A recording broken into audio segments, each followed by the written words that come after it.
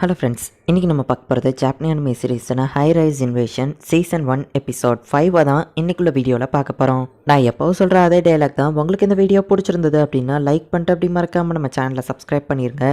ஏன்னா நீங்கள் சப்ஸ்கிரைப் பண்ணி சப்போர்ட் பண்ணீங்க அப்படின்னா தான் என்னால் டெய்லியும் சியர்ஃபுல்லாக வீடியோஸ் போட முடியும். சரி வாங்க நம்ம வளவலன்னு பேசாமல் இன்றைக்குள்ள கதைக்குள்ளே போகலாம். இன்றைக்கி நம்ம பார்க்க போகிறது high rise invasion season 1 episode 5. மையோ மாஸ்க் மாட்டி அந்த ரைடர் கையை வெட்டிடுதா. அந்த ரைடர் மையோட மாஸ்கை உடச்சிருதான். கவலைப்படாத யோரி, நான் இன்னும் கான்சியஸா தான் இருக்கேன். அந்த செஃபோட மாஸ்க்ல எரர் இருந்துச்சு, அவன் கான்சியஸா தான் இருந்தான். ஸோ அவனோட மாஸ்க் நான் எடுத்து வச்சிருந்தேன். இது ஒர்க் அவுட் ஆயிடுச்சு. நான் என்னோட கான்சியஸ்னஸ்ல தான் இருக்கேன். மாஸ்கோட ஸ்ட்ரென்த்தும் இருக்கு. உன்னை ப்ரொடெக்ட் பண்றதுக்கு இது எனக்கு போதும் அப்படின்னு சொல்லி மையோவும் இப்போ அந்த ரைடர் மாஸ்க்கும் சண்டை போடுறாங்க. என்னதான் ரெண்டு பேருமே ஈக்குவல் ஸ்ட்ரென்த்ல இருந்தாலும் மையோவால தாக்கு பிடிக்க முடியல அப்படிங்கறத யோரி புரிஞ்சுக்கிட்டா. அப்படியே போன ஒரு கட்டத்துக்கு மேல நான் தோத்துருவேன், என்ன பண்றது அப்படின்னு மையோ யோசிக்கிறா. அந்த ரைடர் பஞ்ச் பண்ணப்போ யோரி அவளோட ட்ரெஸ் தூக்கி போட்டு அவன் காலை பிடிச்சு வச்சுக்கிட்டா. இப்போ அந்த ரைடரால அசைய முடியல. இந்த கேப்பை யூஸ் பண்ணி டக்குனு மையோ அவனை வெட்டியிருந்தா. நான் உன்னை நம்பினது நல்லதா தான் போச்சு அப்படின்னு சொல்லி யோரி சொல்றா. யாரும் இருக்கிற மாஸ்க் இருக்கும்னு நான் எதிர்பார்க்கவே இல்லை. இந்த வேர்ல்டு எனக்கு சுத்தமா பிடிக்கவே இல்லை. எப்படியாச்சும் நீங்களாச்சும் இந்த வேர்ல்டை அழிச்சிருங்க அப்படின்னு சொல்லிட்டு அந்த ரைடர் இப்ப இறந்து போறான். மையோ என்ன மன்னிச்சிரு, நான் உன்னை ஷூட் பண்ண ரெடி ஆயிட்டேன் அப்படின்னு யோரி சொல்லவோ, பரவாயில்ல இருக்கட்டும், உன்கிட்ட எதையுமே சொல்லாம இப்படி பண்ணது என்னோட தப்பு தான். ஆனாலுமே கூட நீ என்ன ஷூட் பண்ணல, ரைடர் மாஸ்க் கொள்றதுக்கும் ஹெல்ப் பண்ணிருக்க அப்படின்னு மையோ சொல்லவும் யோரி ஹாப்பி ஆகுறா. உண்மையிலேயே நான் ஓகே தானா, மாஸ்கோட எஃபெக்ட் அப்புறமா என்ன கண்ட்ரோல் பண்ணுமா அப்படின்னு மையோ யோசிக்கிறா. இப்போ இன்னொரு ஆள் புதுசா அந்த இடத்துல வந்து நிக்கிறான். மிஸ்டர் மாஸ்க், அந்த பொண்ணுங்க கூட நான் சேர்ந்துட்டோம்னா அதுக்கப்புறம் நீங்க என் கூட இருக்க மாட்டீங்களா அப்படின்னு ஷின்சகி கேட்கவும், ஃபர்ஸ்ட் அதை அங்க போயிட்டு டிசைட் பண்ணலாம் அப்படின்னு ஸ்னைப்பர் சொல்றான்.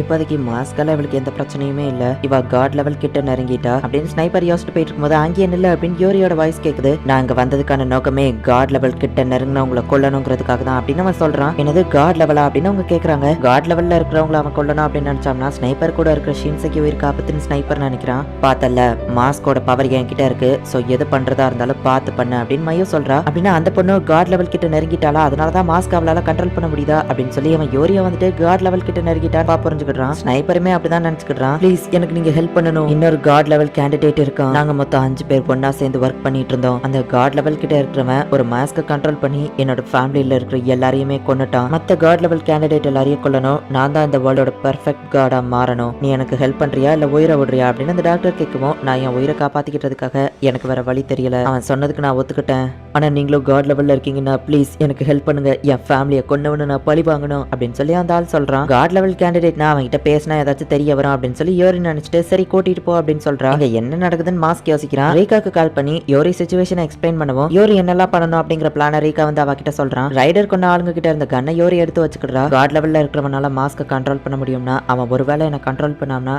யோசிக்காம என்ன ஷூட் பண்ணிரு அப்படின்னு மையோ சொல்றா. மிஸ்டர் மாஸ்க், நம்ம ஏன் இங்க ஒளிஞ்சிருக்கோம் ஷின்சகி கேட்கவும், அவங்க எங்க போறாங்கன்னு எனக்கு தெரியும், நம்ம அவசரப்பட வேணாம் அப்படின்னு ஸ்னைப்பர் சொல்றான். இங்க என்ன நடக்குன்னே புரியலையே அப்படின்னு ஷின்சகி சொல்லவும், உனக்கு புரியலன்னா அதுவே நல்லது அப்படின்னு சொல்லி ஸ்னைப்பர் சொல்றான். இனி இவன் மக்கன்னு கிண்டல் பண்றானோ, இவனை மக்கன் காமிக்கணும், 1 2 3 ரைட் அப்படின்னு அவ சொல்லவும் ஸ்னைப்பர் லெஃப்ட் சைடா திரும்பிதான் போச்சு அப்படின்னு சொல்லி அவன் நினைக்கிறா. பழி வாங்குறதுக்கு ஆள் கூட்டிட்டு வந்திருக்கியா அப்படின்னு சொல்லி அந்த டாக்டர் வந்துட்டு பேசிட்டு இருக்கவும், அவனோட வாய்ஸ் என்ன கண்ட்ரோல் பண்ணல, எந்த பிரச்சனையும் இல்ல அப்படின்னு மையோ சொல்றா. இவன் கிட்ட பேச்சுவார்த்தை நடத்தினா நமக்கு இன்ஃபர்மேஷன் கிடைக்கும் அப்படின்னு சொல்லி யோரி சொல்லவும், இந்த பொண்ணு ஒரு காட் லெவல் கேண்டிடேட் தான்டா, கண்டிப்பா நாங்க 3 பேரும் சேர்ந்து உன்னை பழி வாங்காம விட மாட்டோம் அப்படின்னு சொல்லி அந்த ஆள் சொல்றான். நான் எப்பயா சண்டைக்கு ஒத்துக்கிட்ட பேச்சுவார்த்தை தானே நடத்தலான்னு வந்தோம் அப்படின்னு சொல்லி யோரி கேட்கிறா. நான் தான் பெர்ஃபெக்ட் கார்டா மாறணும், அதுக்காக என்ன வேணா பண்ணுவேன், அவங்க எல்லாரையும் கொண்டு போடு அப்படின்னு நம்ம சொல்லவும் திரும்பவும் மேட்ச் மாஸ்க் விசஸ் மாஸ்கா மாறுது.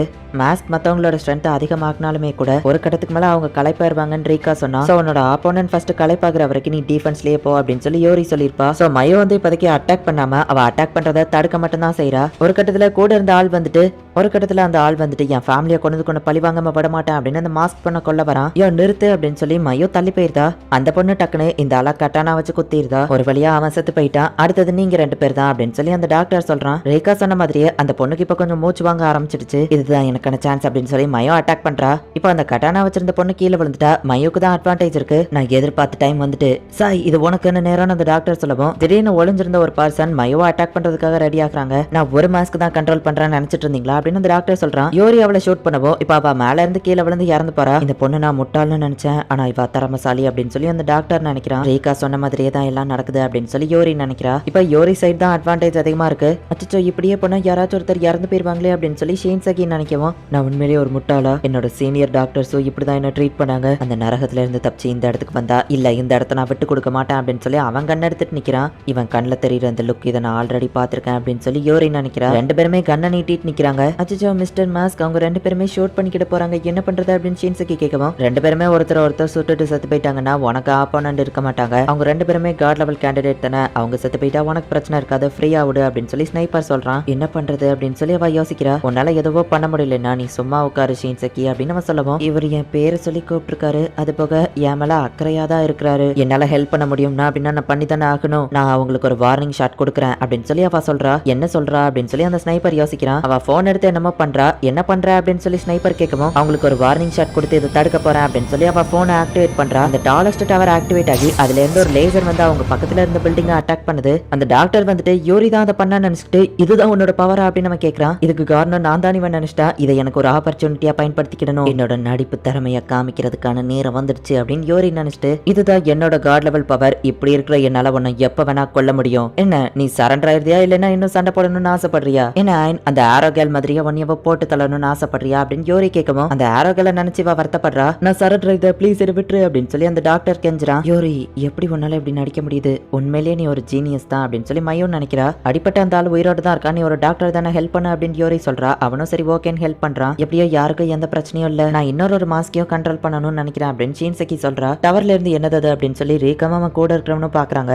மாஸ்க் எப்படி ஒர்க் ஆகுறது நமக்கு தெரியல, அதே மாதிரி தான் அந்த ரயில் கண்ணும் இருக்கலாம், நம்ம வேர்ல்டோட இது அட்வான்ஸ் டெக்னாலஜியா இருக்கலாம் ரீகா சொல்லவும், ஆமா நீ சைஃபை பாப்பல்ல அப்படின்னு கூட இருக்கிறவன் சொல்றான். ஒரு மாஸ்க் நான் கண்ட்ரோல் பண்ணணும்னா அதுக்கு ஒரே வேவ் லென்த்ல இருக்கணும், ஒரே வேவ் லென்த்ல இருக்கிற மாஸ்க்கை மட்டும்தான் என்னால கண்ட்ரோல் பண்ண முடியும் அப்படின்னு சொல்லவும், இந்த மாஸ்க் கண்ட்ரோல் நீ தானே பண்ற, அதோட கமெண்ட் உன்னால ஸ்டாப் பண்ண முடியாதா அப்படின்னு நம்ம கேட்கவும், இல்ல அது என்னால பண்ண முடியாது அப்படின்னு சொல்லி அவ சொல்றா. இப்போ ஒரு எமோஷன்லெஸ் மாஸ்க் வந்து சாப்பாடை கொடுத்துட்டு போகுது. ஷின்சகியோ ஸ்னைப்பரை உட்காந்து சாப்பிட்டுட்டு இருக்காங்க. ஸ்னைப்பர் மாஸ்க் கழட்டும் போது அவனோட ஃபேஸ் அவளுக்கு காமிக்கல. மிஸ்டர் மாஸ்கோட ஹேண்ட்ஸமான ஃபேஸ் நான் பார்த்தே ஆகணும் அப்படின்னு சொல்லி ஷின்சகி நினைக்கிறா. இன்னும் ஏன் நின்னுட்டு இருக்கான்னு ஸ்னைப்பர் கேட்கவும், காட் லெவல் கிட்ட இருக்கிறவங்க பர்ஃபெக்ட் காடா மாறினாங்கன்னா நீங்க நினைச்ச எல்லாமே நடக்கும், பர்ஃபெக்ட் கார்டாக இருக்கிறவங்க பேச ஆசைப்பட்டாங்கன்னா இந்த உலகத்துக்கு அமைதி கிடைக்கும், டிஸ்ட்ரக்ஷன் ஆசைப்பட்டாங்கன்னா இந்த உலகத்துக்கு அழிவு கிடைக்கும் அப்படின்னு சொல்லிட்டு அவன் கிளம்புறான். நான் முடிவு பண்ணிட்டேன், நான் பர்ஃபெக்ட் கார்டாக மாறி இந்த உலகத்துக்கு பீஸை கொண்டு வர போறேன் அப்படின்னு சொல்லி ஷின்சகி நினைக்கிறா. நான் கூட இருந்து உனக்கு ஹெல்ப் பண்றேன் அப்படின்னு ஸ்னைப்பர் சொல்றான். இப்போ ஒரு குரூப் வந்துட்டு மாஸ்க் கிட்ட மாட்டிக்கிட்டு இருக்காங்க. இன்னொரு மாஸ்க் பட்டம் வந்து அந்த ரெண்டு மாஸ்கையும் கொண்டுதான், என்ன கொன்றாத அப்படின்னு அவ பயப்படுறா. அந்த மாஸ்க் அவளை எதுவோ பண்ணல, காட் லெவல்ல இருக்கிற ஒருத்தவனை கண்ட்ரோல் பண்றானா அப்படின்னு ரீகா கேட்கவும், அந்த மாஸ்க் ஒரு போனை தூக்கி ரீகா கிட்ட கொடுக்குறான். நீ காட் லெவல்ல இருக்கிறவனா இவனை கண்ட்ரோல் பண்றியான்னு ரீகா கேட்கவும், ஆமா பேரு ரேகோயா யோஷிடா, ஹை ஸ்கூல் ஃபர்ஸ்ட் இயர்னு சொல்லவும், நான் Rekha high school third year அப்படின்னு ரேகா சொல்றான். ஆமா எந்த பில்டிங்ல இருந்து எங்களை பார்த்துட்டு இருக்கேன்னு ரேகா கேட்கவும், பரவாயில்லையே கண்டுபிடிச்சிட்டீங்களே, உங்க லெஃப்ட் சைட் ஸ்ட்ரைட்டா பாருங்க, அதே பில்டிங் தான், நீங்களுமே காட் லெவல் கேண்டிடேட்டா அப்படின்னு சொல்லி யோஷிடா கேட்கவும், இல்ல ஆமா உன்னை பார்த்தா நல்லவ மாதிரி தெரியுது, ஒரு உண்மையான பதில் சொல்றியா, நீ எப்படி காட் லெவல் கிட்ட மாறினான்னு ரேகா கேட்கவும், இந்த வேர்ல்டுக்கு வந்தோடனே என் ரூமுக்கு வெளியே ஒரு பெட்டி இருந்துச்சு, அதுக்குள்ள ஒரு மாஸ்க் இருந்துச்சு, அது ஒரு மவுத்லெஸ் மாஸ்க், அது என்ன ஏதுன்னு தெரியாமே அதை எடுத்து நான் போட்ட உடனே என் பிரெயின்ல நிறைய விஷயம் இன்ஸ்டால் ஆயிட்டு அந்த மாஸ்க் ஆட்டோமேட்டிக்கா உடஞ்சிடுச்சு, அவ்வளவுதான் அப்படின்னு நம்ம சொல்லவும், பர்ஃபெக்ட் கார்டுனா என்னன்னு தெரியுமான்னு ரீகா கேட்கறான். அதை பத்தி எனக்கே இன்னும் தெரியல அப்படின்னு நம்ம சொல்றான். ஆனா பர்ஃபெக்ட் கார்டா மாறினா நம்ம ஆசைப்பட்டது நடக்கும்னு யோசிடா சொல்லவும், ஹாப்பி சேட் எமோஷன்லெஸ் இப்போ ஒரு மவுத்லெஸ் மாஸ்க், இதுதான் ஒரு ஹியூமனை காட் லெவல் கிட்ட மாத்துது அப்படின்னு சொல்லி ரீகா புரிஞ்சுக்கிட்டான். இந்த இடத்துலயே இந்த எபிசோட் முடியுது. சோ ஏஞ்சல் மாஸ்க்னு தனியா இருக்கு, அது போக காட் லெவல் கேண்டிடேட்டா மாறுறதுக்கு மவுத்தே இல்லாத ஒரு மாஸ்க் இருக்கு, அதை போட்டுட்டாங்கன்னா அவங்க பிரெயின்குள்ள சில விஷயங்கள் இன்ஸ்டால் ஆகி அவங்க காட் லெவல் கேண்டிடேட்டா மாறிடுவாங்க. பட் அந்த ஷின்சகி பொண்ணு கிட்ட தான் ரயில் கன்னு சொல்லப்படுற அந்த டவர்ல இருந்து டைரக்டா ஷூட் பண்ற கண்ட்ரோல் இருக்குது. என்ன நடக்க போகுது அப்படிங்கறத நெக்ஸ்ட் எபிசோட் பார்த்து தெரிஞ்சுக்கோங்க. அண்ட் உங்களுக்கு இந்த வீடியோ பிடிச்சிருந்தது அப்படின்னா லைக் பண்ணிட்டு அப்படி மறக்காம நம்ம சேனலை சப்ஸ்கிரைப் பண்ணிருங்க. தேங்க்யூ ஃபார் வாட்சிங். பாய் கைஸ், நெக்ஸ்ட் எபிசோட்ல மீட் பண்ணலாம்.